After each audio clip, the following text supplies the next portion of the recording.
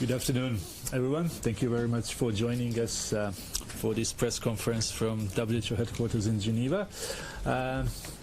Those journalists who are watching us on Zoom, to ask a question, you have to click raise hand on your screen. Journalists who are dialing in, please type *9 on your phone. And welcome to everyone watching us on our Twitter account. We had a little bit of technical issues while preparing for this briefing. Hopefully it's all sorted so everyone will be able to hear us well and to ask questions. If that's not the case, then please switch on to watch on Twitter account. We have Dr. Tedros with us, Dr. Mike Ryan, and Dr. Maria Van Kerkhove for the regular press briefing regarding COVID-19. Dr. Tedros, please. Yeah, thank you, Tariq. And good afternoon, and thank you once again for joining us in person and online. Today, I want to start by saying thank you to all our colleagues in the media. As providers of information, you play a vital role in the response to COVID-19. The fight against rumors and misinformation is a vital part of the battle against this virus. We rely on you to make sure people have accurate information about the threat they face and how to protect themselves and others. Now to the numbers. There is now a total of 95,265 reported cases of COVID globally and 3,281 deaths. In the past 24 hours, China reported 143 cases. Most cases continue to be reported from Hubei province, and 8 provinces have not reported any case in the last 14 days. Outside China, 2,055 cases were reported in 33 countries. Around 80% of those cases continue to come from just 3 countries. We see encouraging signs from the Republic of Korea. The number of newly reported cases appears to be declining, and the cases that are being reported are being identified primarily from known clusters. Although a few countries are reporting large numbers of cases, 115 countries have not reported any cases.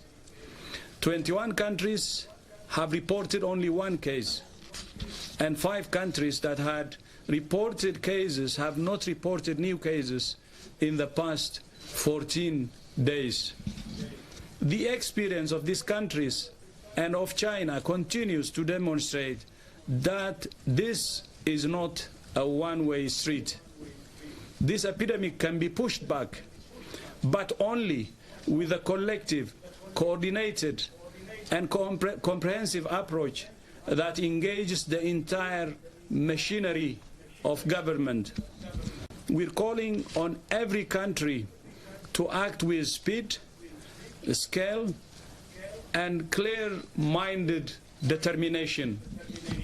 Although we continue to see the majority of cases in a handful of countries, we're deeply concerned about the increasing number of countries reporting cases, especially those with weaker health systems. However, this epidemic is a threat for every country, rich and poor. And as we have said before, even the high-income countries should expect surprises. The solution is aggressive preparedness.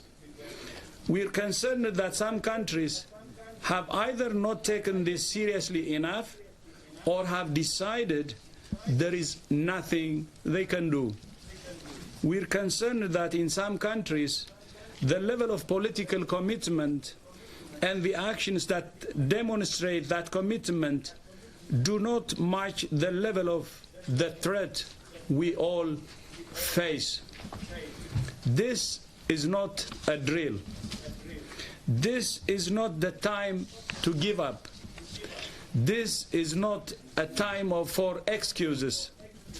This is a time for pulling out all the stops.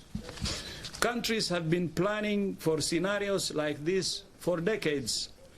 Now is the time to act on those plans. These are plans that start with leadership from the top, coordinating every part of government, not just the health ministry, security, diplomacy, finance, commerce, transport, trade, information, and more. The whole government should be involved. We need a whole government approach. So activate your emergency plans through that whole government approach. Educate your public so that people know what the symptoms are and know how to protect themselves and others. Increase your testing capacity. Get your hospitals ready. Ensure essential supplies are available. Train your health workers to identify cases. Provide careful and compassionate treatment and protect themselves from infection. If countries act aggressively to find, isolate, and treat cases and to trace every contact, they can change the trajectory of this epidemic. If we take the approach that there is nothing we can do, that will quickly become a self-fulfilling prophecy. It's in our hands. WHO has published step-by-step guidelines for countries to develop their national action plans according to 8 key areas, which are supported by detailed technical guidance. We call on all countries to accelerate those plans, and we stand ready to work with them to do that. More funding is being made available to support countries that need it and that have plans in place. As you know, the World Bank, the International Monetary Fund have both made funds available to stabilize health systems and mitigate the consequences of the epidemic, the economic consequences of the epidemic, with a special focus on enabling access to critical supplies and equipment. I had also a very fruitful discussion with the President of the African Development Bank. This is funding that's available now to countries who need it, in line with WHO's strategic preparedness and response plan. These funds are essential for supporting the response now, but also for long-term preparedness. Although COVID-19 presents an acute threat now, it's absolutely essential that countries do not lose this opportunity to strengthen their preparedness system. We know people are afraid, and that's normal and appropriate. That fear can be managed and moderated with accurate information. Today, WHO has launched a new social media campaign called Be Ready for COVID-19, which urges people to be safe, smart, and informed. If you feel overwhelmed by fear, reach out to those around you. Find out what your community's emergency response plans are, how you fit in, and how you can help.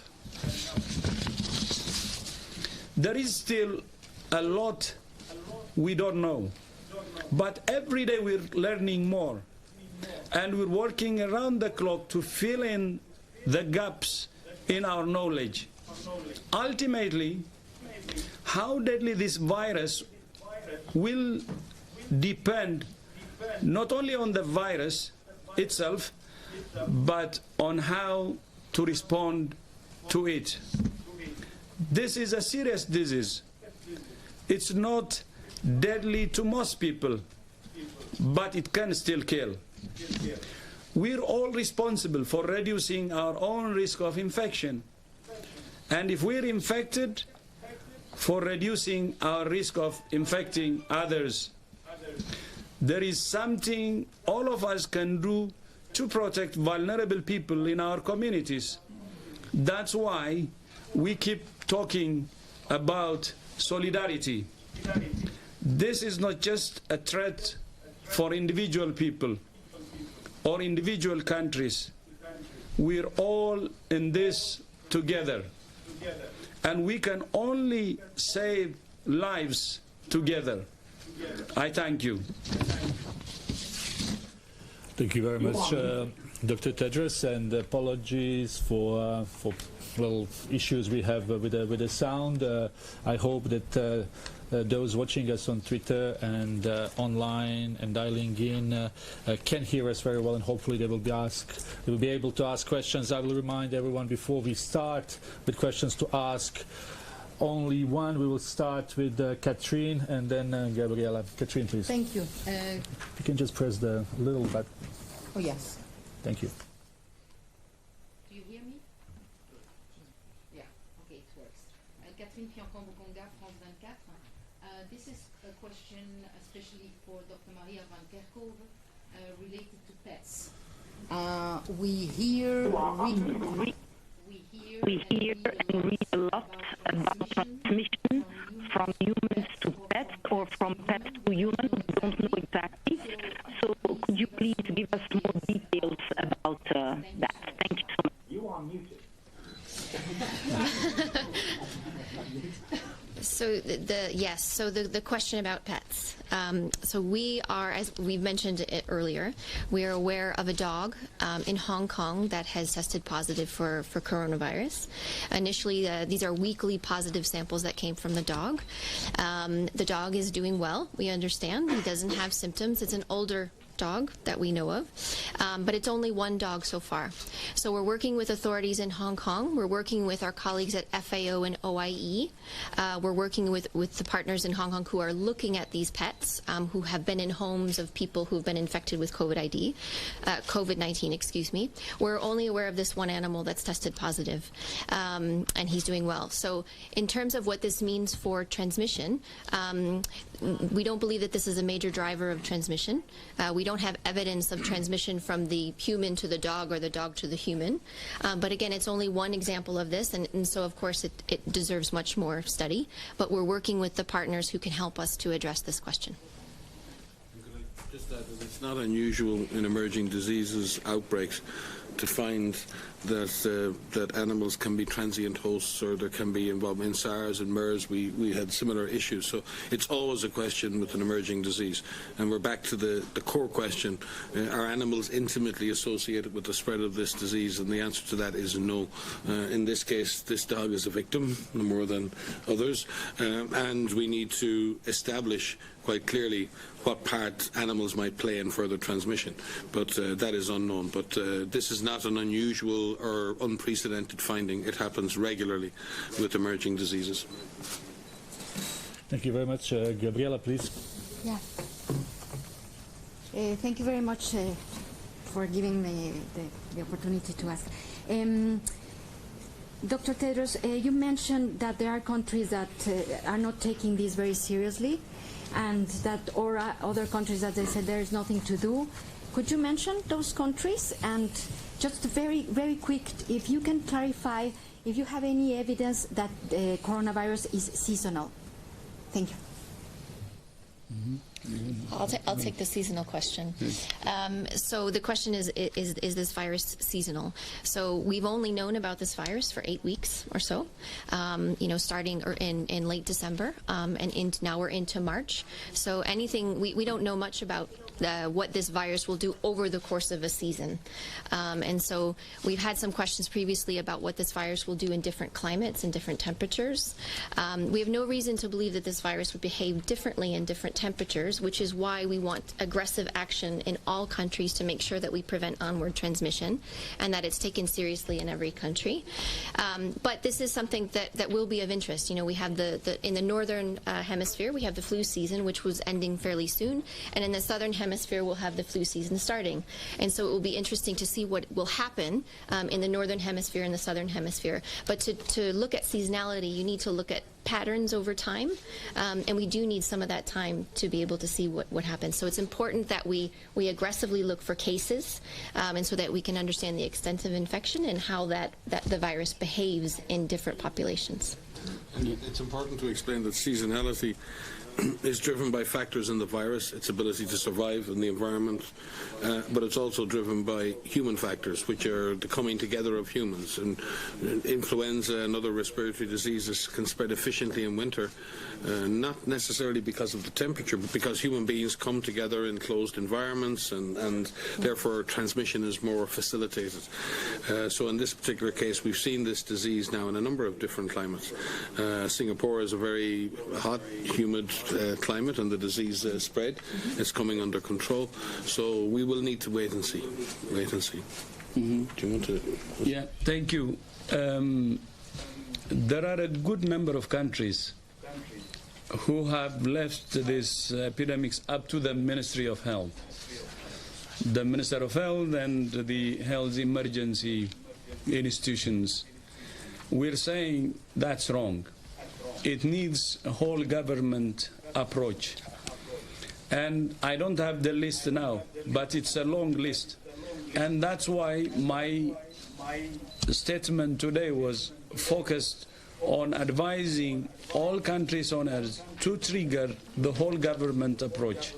So all sectors in the government are involved, and this should be led by the principal head of state or head of government, or the second person who has the mandate to coordinate all sectors.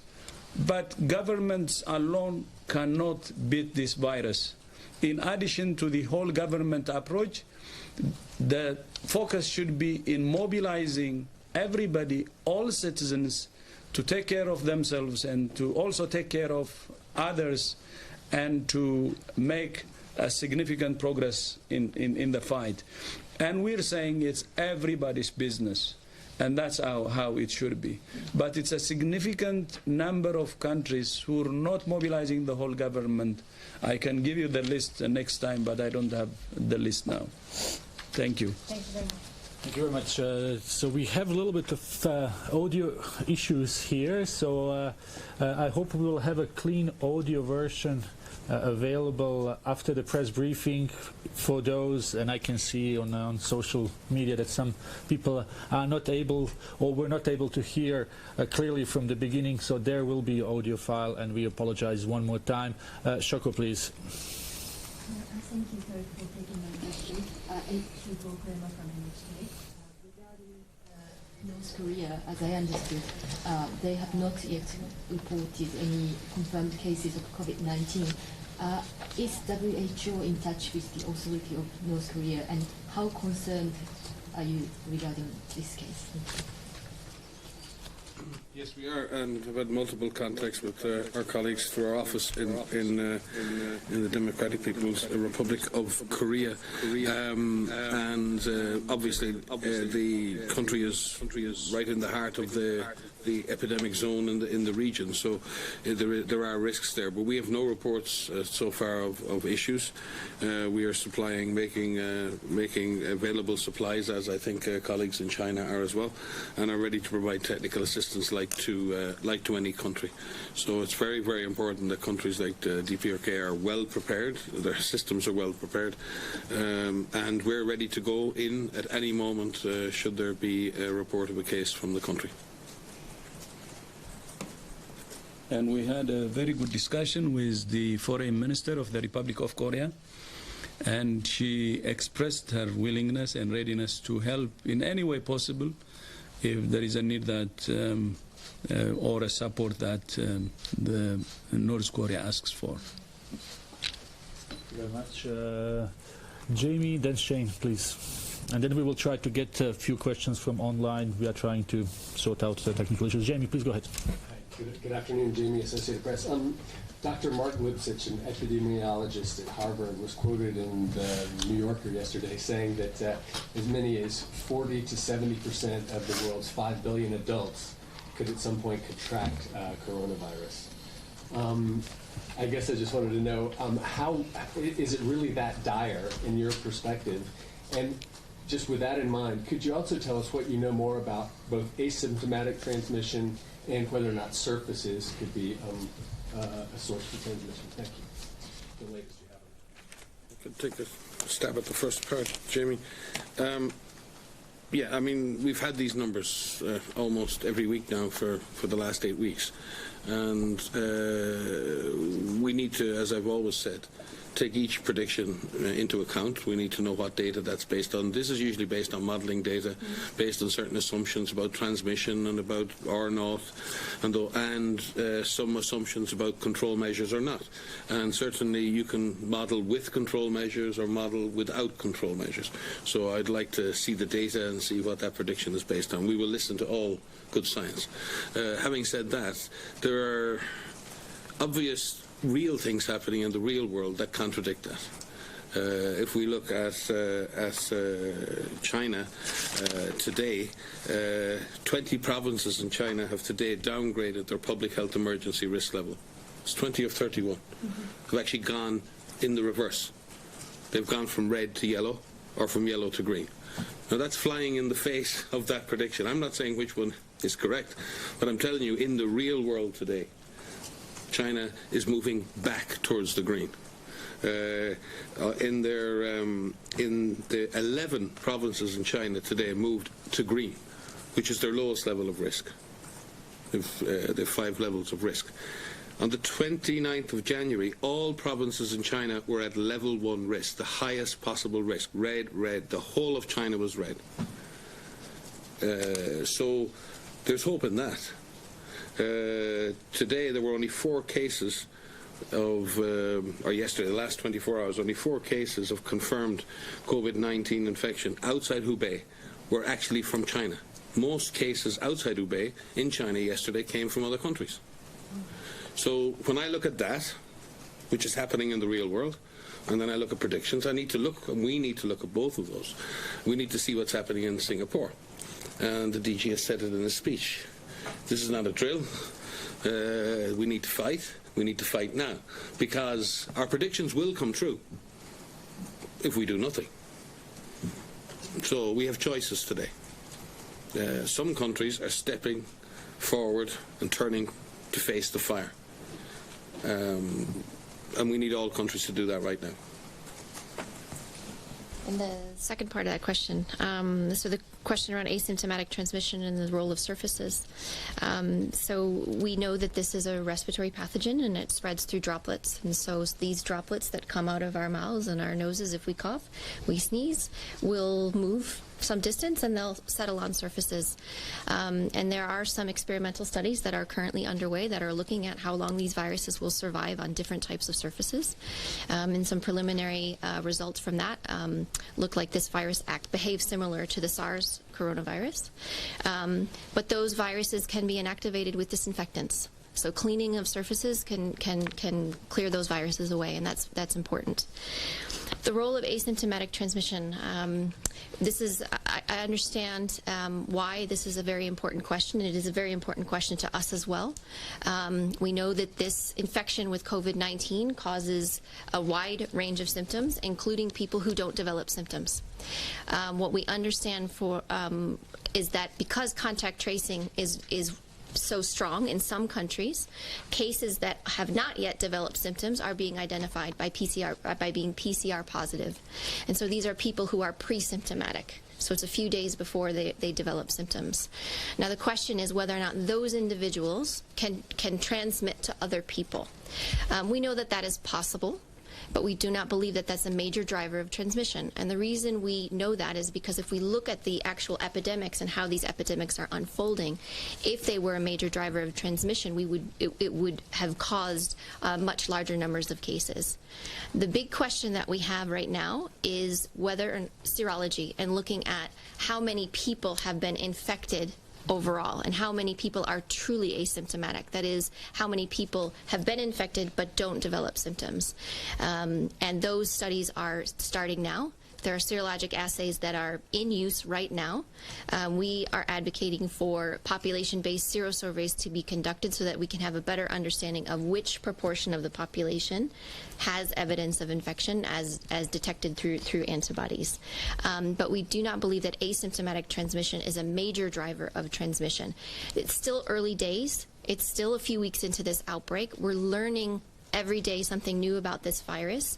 That can change, as every statistic, everything that we say here, but based on the evidence, we're an evidence-based organization. We're taking the evidence we receive from countries. We're looking at all of the scientific papers that are coming out, and we're looking at the evidence. So right now, and what we know based on the evidence, that asymptomatic transmission is not a major driver of transmission. Thank you very much, Shane. And we'll go online. Shane, please. Shane from China Central Television, CCTV. My question is, you just mentioned some countries are not ready for the virus, while you have also called for many times before that China's experience can be shared with the world, that the world can learn from China. And while China has been degrading much, the most of its provinces, the risk of the COVID-19, do you think any approaches or mindset that can be shared specifically with the world or can be adopted by other countries? Thank you. I think the DG has spoken to this many times. That was the whole purpose of having the joint WHO Goran international team join our Chinese colleagues, was to do exactly that lessons learned. And let me be clear, and I've been at this a long time, nobody has ever responded to an epidemic perfectly. No one has ever responded in perfect time with the perfect response. This is the real world we live in. Every emergency response is dotted with missed opportunities and unfortunate delays, and sometimes decisions that have to be made on limited data that subsequently turn out, you look back and you think, you know what, if we knew that now, what we knew now, we might have done something differently. So we need to be really careful, on the one hand to learn the lessons, and on the other hand not to say that exactly what happens in China needs to now happen exactly the same everywhere else. The issue is, what are the lessons? And the lessons I think we've learned from China and Singapore is to break down your problem, understand where you have just sporadic cases, understand where you have clusters, understand where you have community transmission, adapt your response to those needs, distribute your resources according to priority, be persistent, be consistent, be coordinated, be joined up. These are the things we need to see: command, control, coordination, coherence, and that the DG has been speaking to, an all-of-government approach. Community, society, public sector, private sector and government coming together to work together. And in weeks, and it's been shown, it can be turned around in weeks if that is what people are prepared to do. Now, the DG has said it many times, there are no guarantees with that approach. There are no guarantees that that can be achieved. But at the very least, that will significantly slow down the spread of this virus, allowing our health systems to catch up. And I think all of you have seen that health systems, even some health systems with a very small number of cases, have already struggled. They've already struggled to deal with the small caseload. So we need to get our health systems stronger.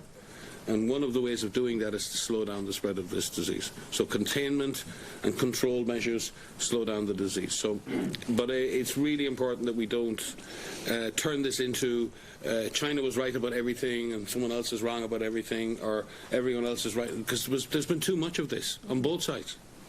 We need to learn the lessons that have been offered, move on, because each new context is different. What we do in country X will not be the same exactly of what you do in country Y, because the context is different, the evolution is different. But there are wonderful lessons we can learn from China. Yeah.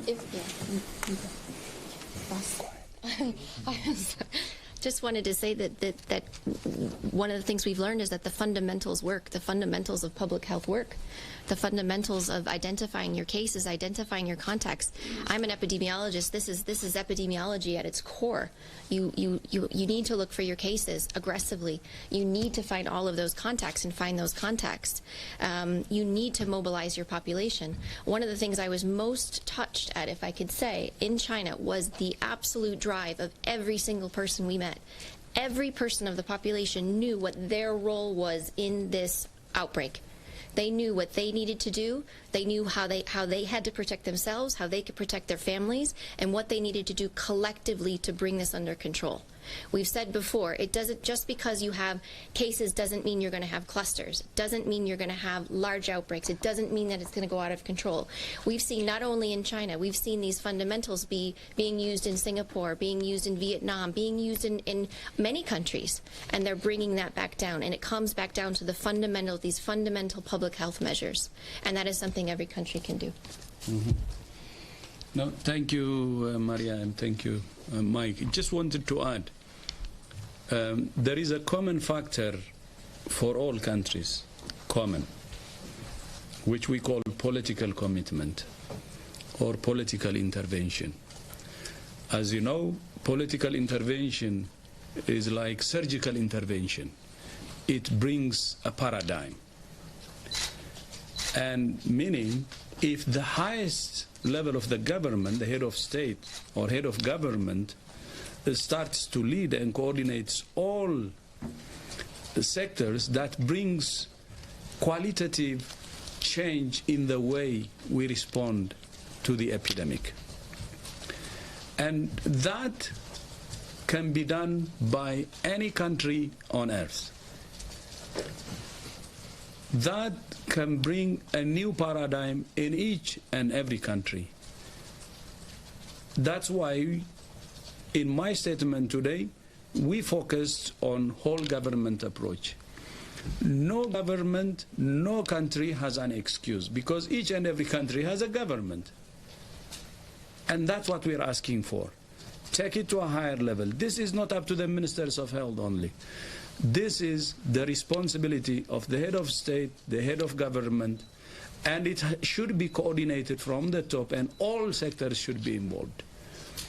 This virus is touching everything in the country. It will, in those countries that is not there.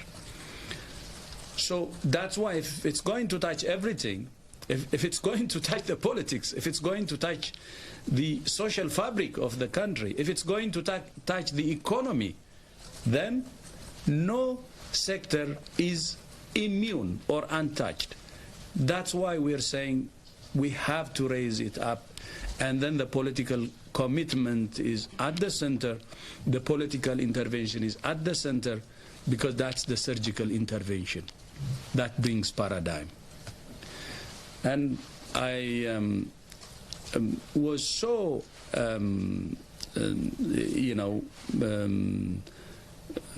encouraged to get a call from President Sebastián Piñera of Chile, his own initiative, calling and discussing about what the situation is, the global, and in his own corner also.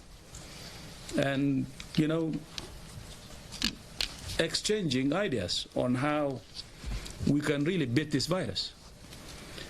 And not only that, we had a very good discussion. This was the day before yesterday with President Sebastián Piñera, but today with the Prime Minister of Sweden. Another excellent discussion on the global situation, on the importance of whole government approach. By the way, he was just coming out of a meeting with his cabinet, discussing about this issue, mobilizing all sectors. And I said, there is nothing I can comment on that. You're taking the right approach. So, and I told you before, after our visit to Beijing and seeing China's approach and President Xi leading that, and also in the US, President Trump himself, and also for a regular coordination, designating the vice president. These are the approaches we are saying are the right ones. And these are the approaches we are saying are going to mobilize the whole government. But not only the whole government, but that whole government should mobilize the whole society, and making the response every citizen's business. If we do that, we can push back on this virus. We can be successful in the containment strategy. Some people, you're following the media, are saying it's already a pandemic, there is nothing we can do now, we should move into mitigation, and containment may not work. We don't think that containment should be abandoned, because I have already said many countries are succeeding in that strategy, in containment strategy, and containing the virus. But we're not saying just follow containment strategy. What we're saying is, in addition to aggressive containment strategy, please also prepare for any eventualities. There could be crisis in our hands, so let's prepare for any eventualities. But we should not give up on containment strategy. The worst thing that can happen to any country or even any individual is giving up. So WHO is saying, don't give up. Don't surrender. Use comprehensive approach. Don't use dichotomy. Let's use a comprehensive approach. Everything that we can do to contain it. If not, we will see it. Then we will have the other strategies at hand, because we are saying let's prepare for the rest too. So that's what we are saying. And this is linked with the political commitment we said. This kind of approach, comprehensive approach, cannot be sustained without sustainable political commitment. Political commitment at the highest level, coordination at the highest level. Political intervention. I repeat again, political intervention is surgical intervention. It brings paradigm. That's what we believe. And then, of course, there should be technical competence too. You add both technical competence and political commitment, you can get the highest and the biggest impact you can. Many countries are showing that now. So it's not time to give up. Let's go for a comprehensive approach. And that's our advice as WHO. Thank you very much, Director General. So we will try to take a few questions from journalists being online. Just to remind everyone that audio file will be available immediately for those who may have not had a good reception. But I understand that on our Twitter account and on YouTube the audio is clean. Let's try, if we can, get South China Morning Post. Karen, can you hear us? I'll take a few questions from journalists online. Just to remind everyone that your file will be available immediately for those who may have not had a good reception. But I understand that on YouTube the audio is clean. Good evening, Phoenix TV. I have a question for, have you involved the sequences genetic transition has become two different versions, S and L types? Hello? Karen, we will get back to you after this question. Thank you. Please stay online. Another question for Dr. Tedros. You just mentioned pandemic, the word again. You said we will not decorated any word for this disease, but it has a different type of insurance in different countries. If you concern that it became to the pandemic, it will be covered or not covered in any countries for health insurance. Could you just mention that? The first question was about the two different types of the virus. You can, yes. So as you're aware, many sequences, full genome sequences, have become publicly available, thanks to authorities and scientists posting those on publicly available sites. These genetic sequences have been analyzed by a large number of virologists and scientists across the globe, and WHO is working with a network of scientists on this. And when you do the phylogenetic analysis of these, we know that there are some early clades that have been visible on the trees, and the paper that came out that you're referring to, these divisions were seen on this tree very early on. It's an analysis based on 103 full genome sequences, and they have no known association with severity in terms of these differences. So, looking at the phylogenetics as more sequences become available, and we encourage countries to please make your full genome sequences available so that these analyses can continue. But this virus is very stable based on all of the sequences that we've seen so far. Can I just add that this kind of genetic analysis is very important for two reasons. Obviously, one, it can help us in looking at disease spread, because you can compare viruses as spreads and try and link chains of transmission, and we're using that right now in Congo. We've been using that. Well, hopefully we won't have to use it again, as we've no more cases. It's also useful for tracking the development of vaccines and others, because you eventually have to pick a strain that you want to base a vaccine on, and you want that to be the closest possible to what you have circulating. The data that's been published most recently has actually been publicly available for weeks, and what's happening is researchers are going back into those wonderful resources that are now available and asking questions and looking at these two clades. But I'd liken it more to license plates. It's as if they found two cars, exactly the same make of car, but the license plates are a little bit different. Is it a different car?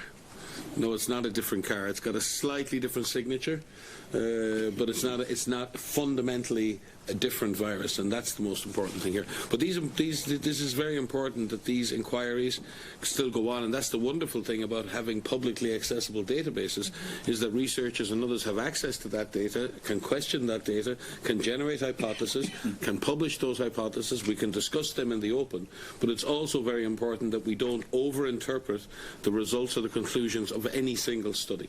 And I think that's the balance we need to strike.